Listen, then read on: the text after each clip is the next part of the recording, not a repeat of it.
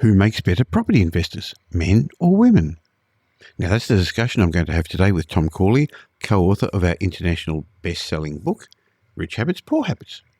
Up to now, the answer you would get, I guess, would have depended on who you asked, or I guess which gender they were. But now, this is a definitive answer, and Tom and I will tell you. We're also going to discuss a topic that may offend or upset a couple of people. We're going to talk about why wealthy people are happier and have fewer problems. Now, before you say we're wrong, please take the time to listen to my chat with Tom. I think you're going to get some benefit from it that'll help make you a better investor. So, let's get on with the show. Welcome to the Michael Yardney podcast, where twice each week you will learn a number of new ideas regarding success, property investment, and money in around 30 minutes. Our show is brought to you by Metropole, who specialise in helping you grow, protect, and pass on your wealth through strategic property and wealth advice. Now, here's your host, Michael Yardney, Australia's authority in wealth creation through property, who has been voted one of Australia's top 50 most influential thought leaders. As I said a moment ago, if you asked who makes better investors, men or women, up to now the answer would really have depended upon who you asked or the gender that they were. But now this is a definitive answer. Neuroscientists have uncovered evidence suggesting that when the pressure's on, women bring unique strengths to decision-making and make less risky decisions under high-stress situations. According to neurobiologists, under stress, men experience a huge spike in cortisol, which degrades their decision-making ability. Women experience a similar spike, but it's much smaller, which creates urgency but doesn't impede their decision-making.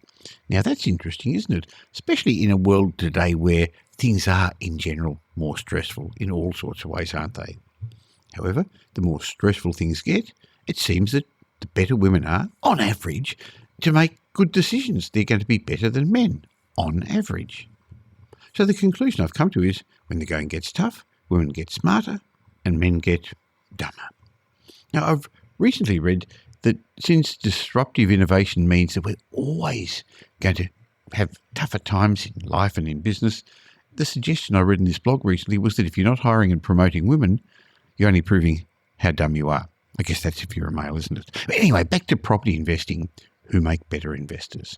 Well, when it comes to property, it's been shown that men have a higher tendency to gamble and are more easily manipulated, while women are usually more cautious, seek lower risk, long-term sustainable growth.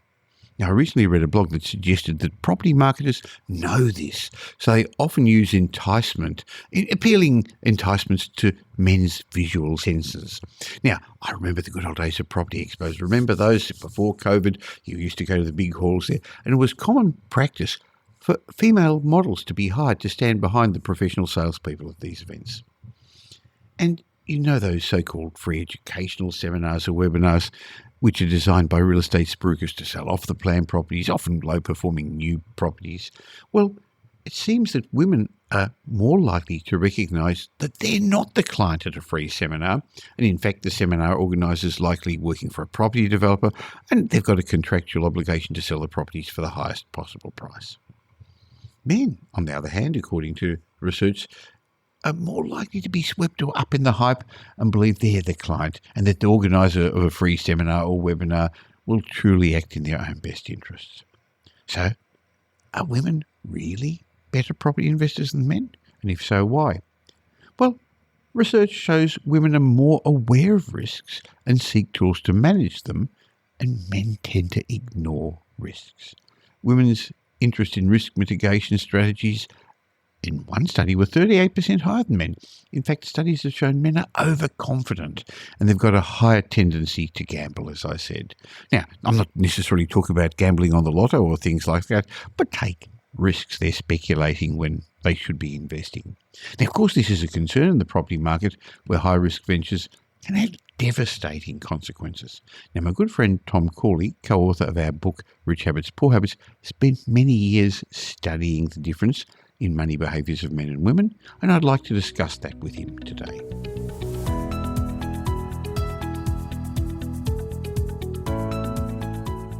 Hi, Tom. Great to have you back. Hey, Michael. It's good to be back, my friend. Tom, a while ago you wrote a blog that interested me. just discussing the different habits men and women have. And I know there's been talk in the past, who makes better investors, men or women? Women make better investors because they pay attention to details more than men. So as a rule, it's best to leave the We're investing going to be offending somebody, Tom. Yeah, well, the thing about that is men are more aggressive than women, and this is genetic. It's hormonal. It's testosterone. They have a higher risk tolerance, and that's fine, Michael, as long as you do your homework. But in a relationship, you have to be on the same page. And if you have a spouse that has a low risk tolerance and you have a high risk tolerance, your investing is going to be problematic. You have to, either one or the other has to do the investing. And my data is pretty clear that women, just because they listen more, they talk more, they communicate more with their financial advisors, they're better listeners, they take in more information, and they make more logical decisions. Now, you might say, well, wait a minute, women are more emotional. Yes, it's true. Women are more emotional about emotional things, but they're more logical about logical things than men. And when it comes to investing, women are just better at investing than men. That's interesting. Now, Tom, I know that for many years you've been studying and writing about habits, and we know that the result of our life is the result of the habits and the way we think. So are there different habits that men and women exhibit that make them either better or not as good investors? Yeah, there are. And this came up in my research, and it took me down a rabbit hole. Gambling. I learned from my research that women gamble less than men. And when they do gamble, the amount of money that they put at risk is less. And so the rabbit hole I went down was, why is that? I didn't understand that. So I started researching it. And there's all sorts of studies out there, Michael. I must have about 20 studies on women and men gambling. It's true. All the studies, what my research showed was accurate. They reached the same conclusion through their studies, that women just don't gamble as often, as frequently, and when they do gamble, they gamble less. So that's one. We mentioned a little bit when we were talking about investing that women have a lower risk tolerance than men. Men are by nature just hardwired to be more aggressive than women. This low risk tolerance is a good thing when you're making purchasing decisions and also investing money. You don't want to put your money at risk. I like to call it a sheep in wolf's clothing. I have a lot of financial planning clients that say, "Oh, I want you to invest the money aggressively." And the minute that the market is a downturn in the market, they're the first ones to call. You got to move me out. Well, they actually have a low risk tolerance, and they told me they had a high risk tolerance. So I've learned that lesson. It probably happens 50-60% of the time. And I always ask about risk tolerance, and I always get wrong answers from the clients. The women also, this is an interesting thing. So women read more than men. Really? They just do. Yeah. But the interesting thing is, what is it that women are reading? They read predominantly fiction. Yeah. And whereas men, if they do read, they read nonfiction. So men are reading to learn, reading to gain knowledge. Women are reading for entertainment. So that's not a good thing. That's actually... So that doesn't necessarily make them better investors. No, but it is a difference in their reading habits. Sure. And of course, women communicate better than men. And there's studies on this. I found this out in my research and then went down another rabbit hole. Why? I don't know why are women better communicators. And there's actually a neurological reason. There's something called the corpus callosum, and in women, it's thinner than it is in men. It separates the two hemispheres, the right and the left hemisphere. So women, because of this thinner corpus callosum, the nerve fibers that separate the right and the left hemisphere, they're more emotional than men. So they're more intuitive and talkative, and they're trying to extract information. And then I found in my research, in the rabbit hole I went down, that women on average speak 7,000 words a day and men speak 2,000 words a day, which is really there's a reason for that, Tom. Yeah. Men Yeah, can't get a word in edgewise. That's true. I don't want to piss anybody off, but so there you got that. Women have, and communication is important because what women are seeking in communication is feedback. They're looking for information from others. They're trying to pull information out. I can't tell you how many times I will have told my wife, "Hey, I spoke to Brendan today," or one of my kids, and she'd say, "Well, did you talk to him about this? Did you talk to him about that?" I said, No, we talked about. Well, I was only on the phone with him for like 2 minutes, and we talked about sports. And so she's like, "What do you talk about? Like you waste your time on the phone." And I said, "Well, I'm not on the phone 15 minutes like you are, trying to find out every particular nuance of his life." Yeah. The other habit difference is women and men. If you were to ask the general population, who's more creative, men or women? Yeah. I guarantee you 80% of the population is going to say women. Women are more creative. Well, the opposite is true. Men are more creative. And this is, again, part of the smaller corpus callosum. It is a neurological difference. So, and if you think about it, all of the inventions, there are some women like Madame Curie and some others that have come up with inventions. But if you look at all of the patents that exist that were created by individuals, they're close to 75% to 80% of them are men. Yeah. So they're just more creative men. Women, however, do have better organizational skills. So I see this in my office. The women in my office are just so good at organization. They just, I'm not saying it's a weakness of mine. I'm very organized. I like being organized, but they're better than I am. And I consider myself to be a good organizer. They just pay attention to details. They're more cautious by nature. They do more planning, and it makes them just better organized. And women are also better at saving money. And this is important, Michael, because in order to invest, you have to have money to invest. And so what's a prerequisite for investing? Saving money. And so that's why women are also better investors, because they actually have money to invest, whereas men have a tendency, not to be as good at saving money.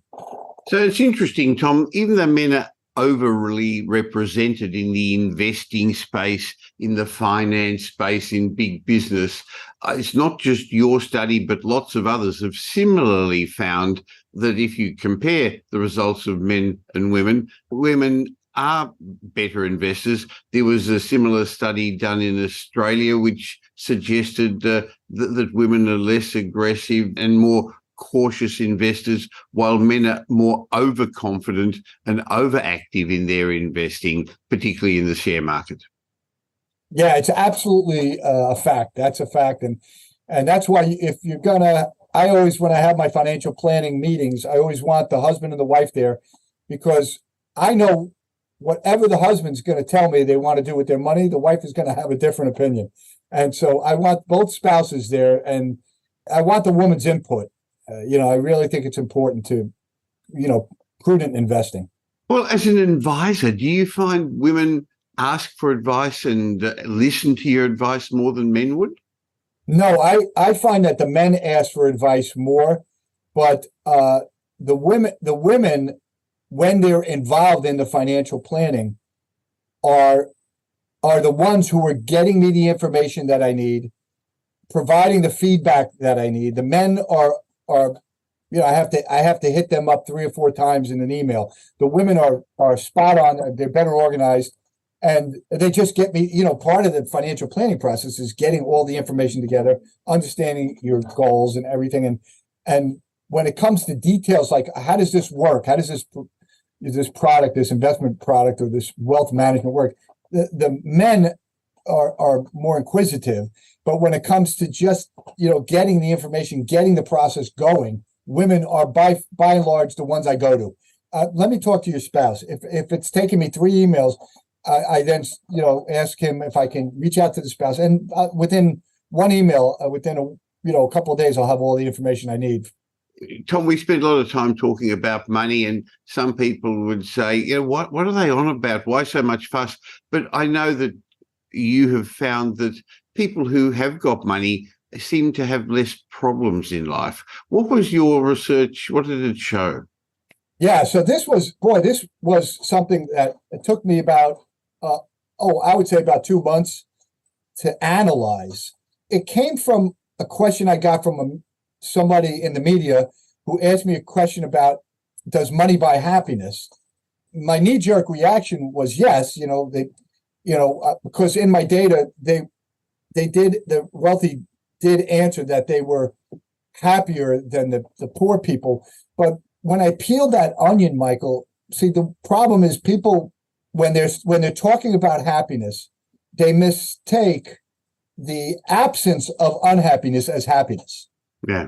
And so what I found in my data was that when you're wealthy, it eliminates about 58% of the problems that you have in life. That means 58% of every ordinary day stresses, the worries that you have.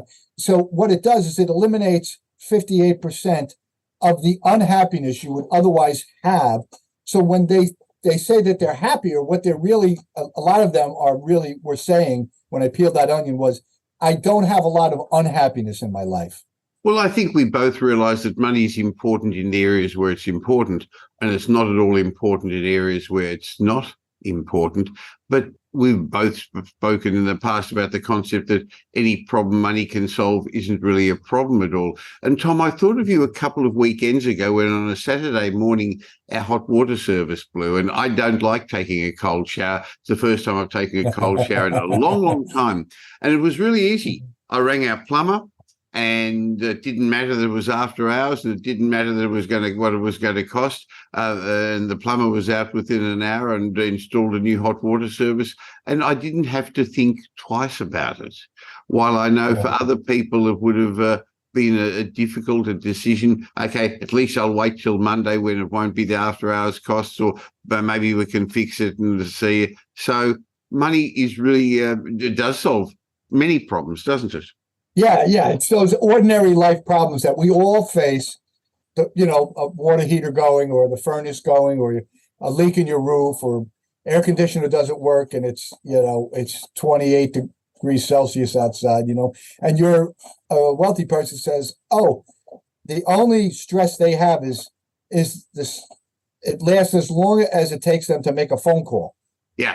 And whereas with a poor person, if something major goes, poor people have to reach out into their inner circle to borrow money from somebody to fix the problem. Lower middle class people also might have to do that, not as often, but their big thing is, well, I may have to not fix this until my next paycheck, or I have to put it on a credit card because I don't have the money. So now I have this credit card bill that I'm going to have to pay off over the next year and a half, 2 years. They both, poor and lower middle class, both have a similar problem. They can't solve the problem immediately. So they have this long-term stress, which impairs their health. It creates limited bandwidth because they're thinking about it all the time. So limited bandwidth, neurological bandwidth means you're thinking about bills and problems that you have that can be solved by money, but you don't have the money to solve them, so they stay with you. And so you always feel, when you're hard pressed neurologically, thinking about these things, it drains you of energy. So you're tired a lot when you have problems as a poor person or a lower middle class person. Sure. So you're still going to have health problems and family problems, children and relationship problems. Money's not going to solve that, but it will get rid of other issues. So I guess in some ways money does really buy happiness, doesn't it? It also gives you the opportunity to have great experiences. Yeah, I mean, if you think about it, when you have fewer problems, less unhappiness, you feel more content in life and less stressed. And I know you and I have been friends for a long time. My CPA business gives me a lot of stress.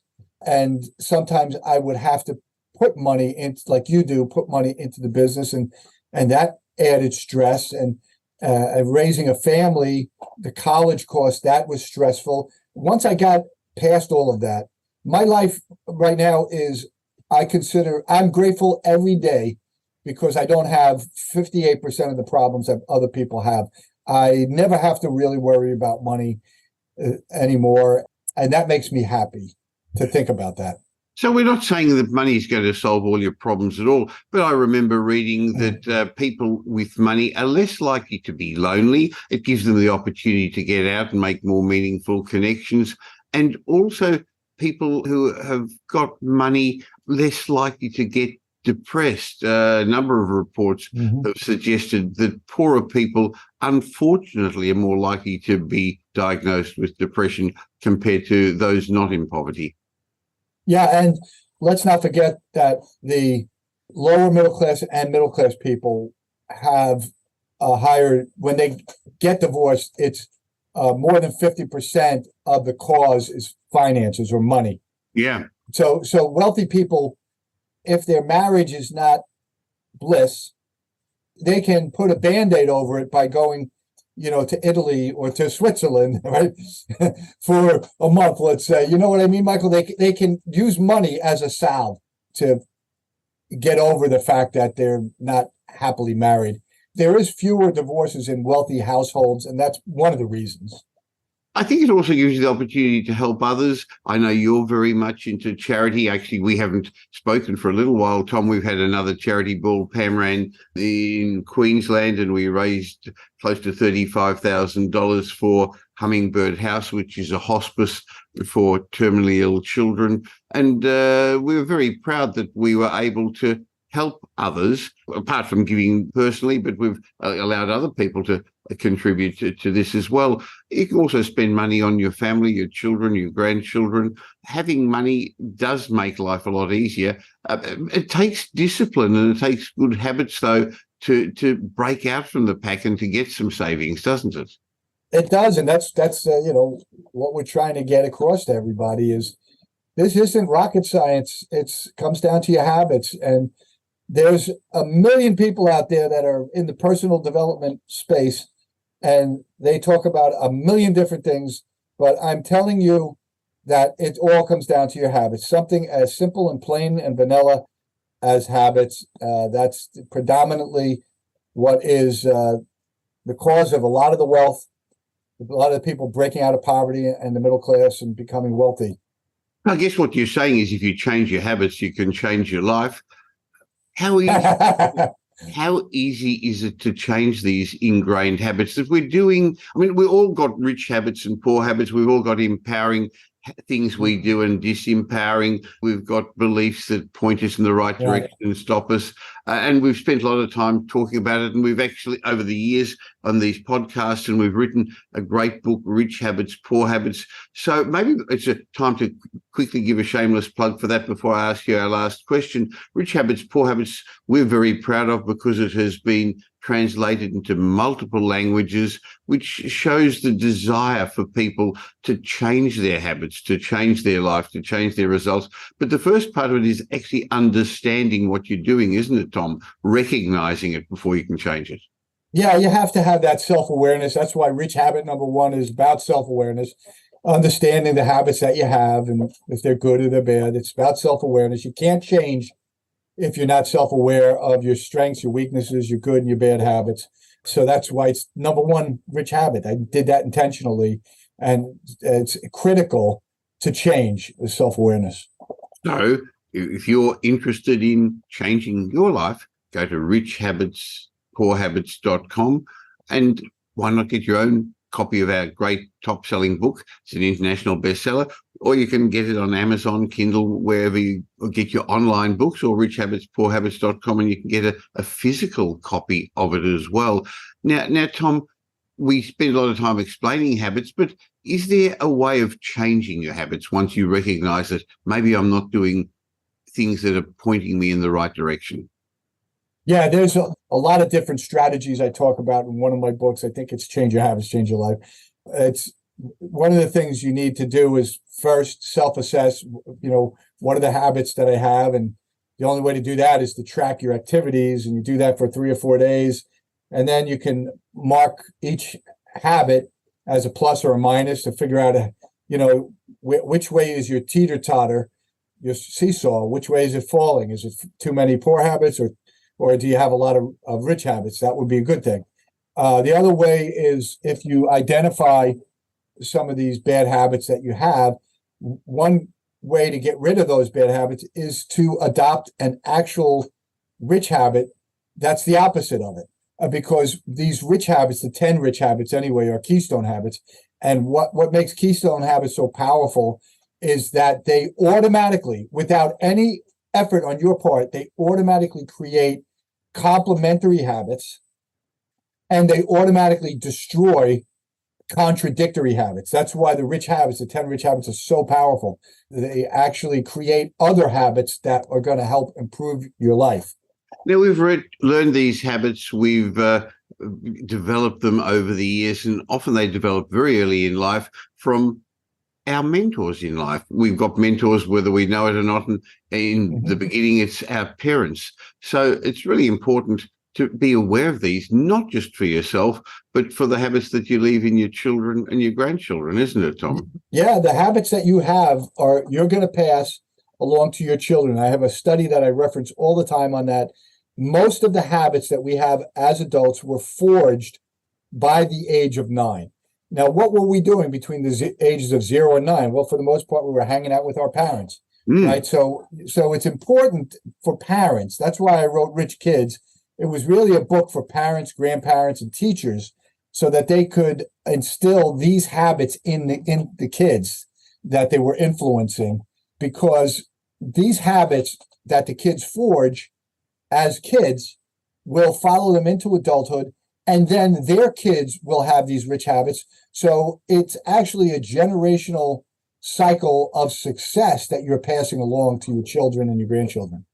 So in some ways, that's part of the reason the rich keep getting richer. But Tom, I know in your study and in other studies, we've found that many of the self-made millionaires didn't come from rich families. In other words, if somebody can move out of poverty and get to the next level, there's no reason why our listeners can't, why anyone else can't. Right. Yeah, depending on the study, there's all sorts of surveys that are done, that are out there and that I've read. They have the one called the Wealth Report that comes out every year. They have the Pew Research Center puts out reports. Depending on the study, anywhere from 75% to 85% of millionaires are self-made. That means they came from poverty or the middle class. In my study, 76% came from poverty or the middle class. So yeah, most of the millionaires come from those two groups. And most of the millionaires do not pass along their wealth to their children, or it lasts just one generation. So the idea is, if you're talking about the top 0.1%, they're the exception to the rule. They create trusts. They put money in trusts that last, 3 or 4 generations. Most wealthy people don't do that, and the wealth dissipates after typically one generation. Terrible. So lots of things to learn about. Why not get your own copy of Rich Habits, Poor Habits, so that you can get a better understanding? And Tom, I enjoy your daily blog. So if you go to richhabits.net, you'll get a short, sharp, quick musing, something to give some inspiration from Tom Corley, richhabits.net. And I'll actually leave a link in the show notes. And I know you're very active on, what used to be called Twitter, or now X. So if people want to keep in contact with you and get your thoughts, they can follow you that way too. Yep. Great to catch up with you again. Thank you for your time, Tom. Yeah, it was great talking to you, Michael. Thanks again.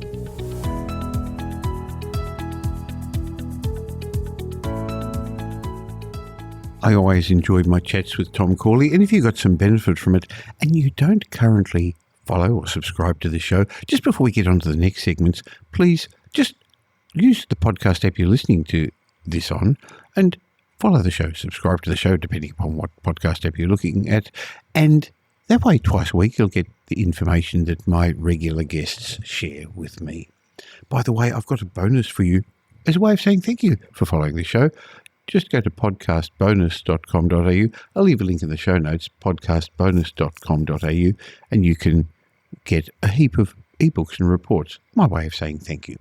Now, in a moment, I'm going to share my mindset message with you, even though the first session of this was really a lot about mindset, wasn't it, in my chat with Tom Corley? But as I often say, change your mindset and you change your results of your life. So I think success, a large part of success, really has to do with the way we think.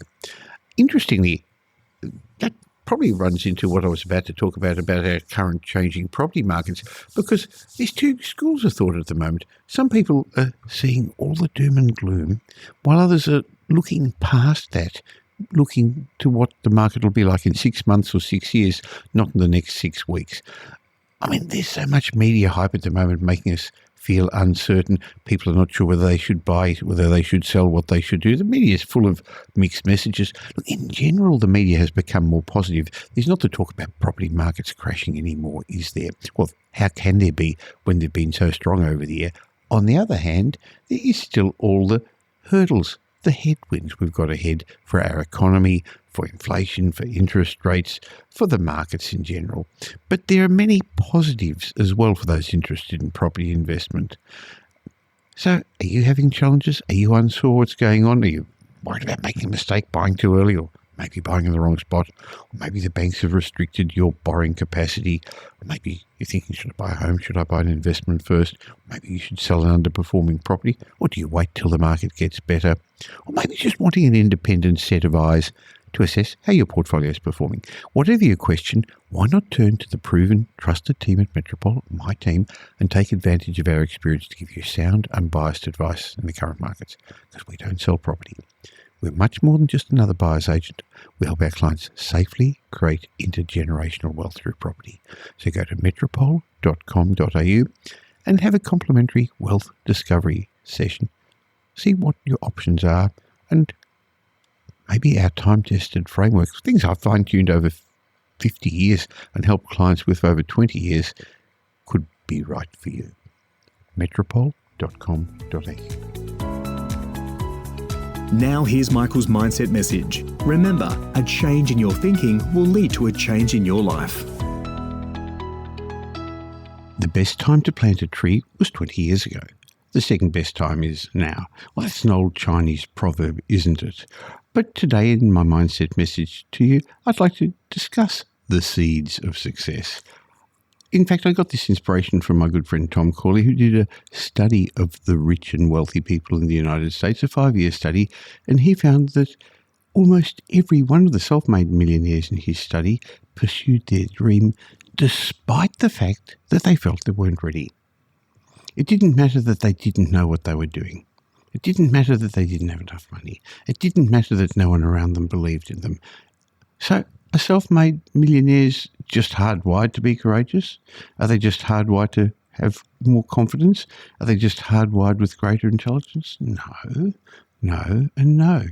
They simply have a strong passion for a dream, and that passion produces a very powerful type of energy called emotional energy.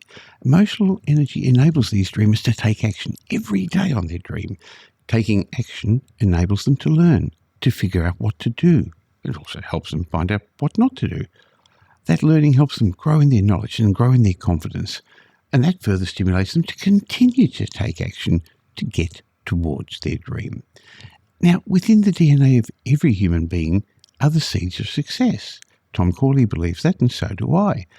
But unfortunately for most individuals, these seeds of success remain dormant their entire life.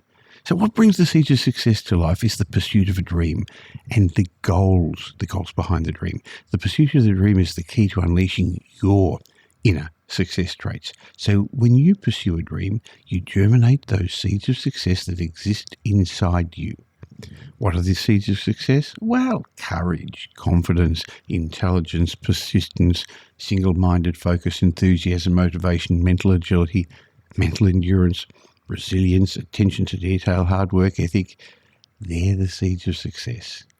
Passion in pursuit of a dream is the water, the sunshine, and the soil that brings to life and nourishes these seeds of success. Have you got a dream? What are you doing to pursue it?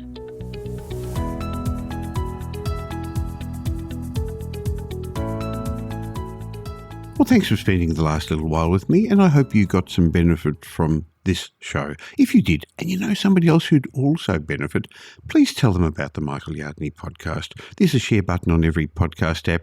On Apple Podcasts, there's 3 little buttons down the bottom. Press it and share it, or just tell them about the Michael Yardney podcast.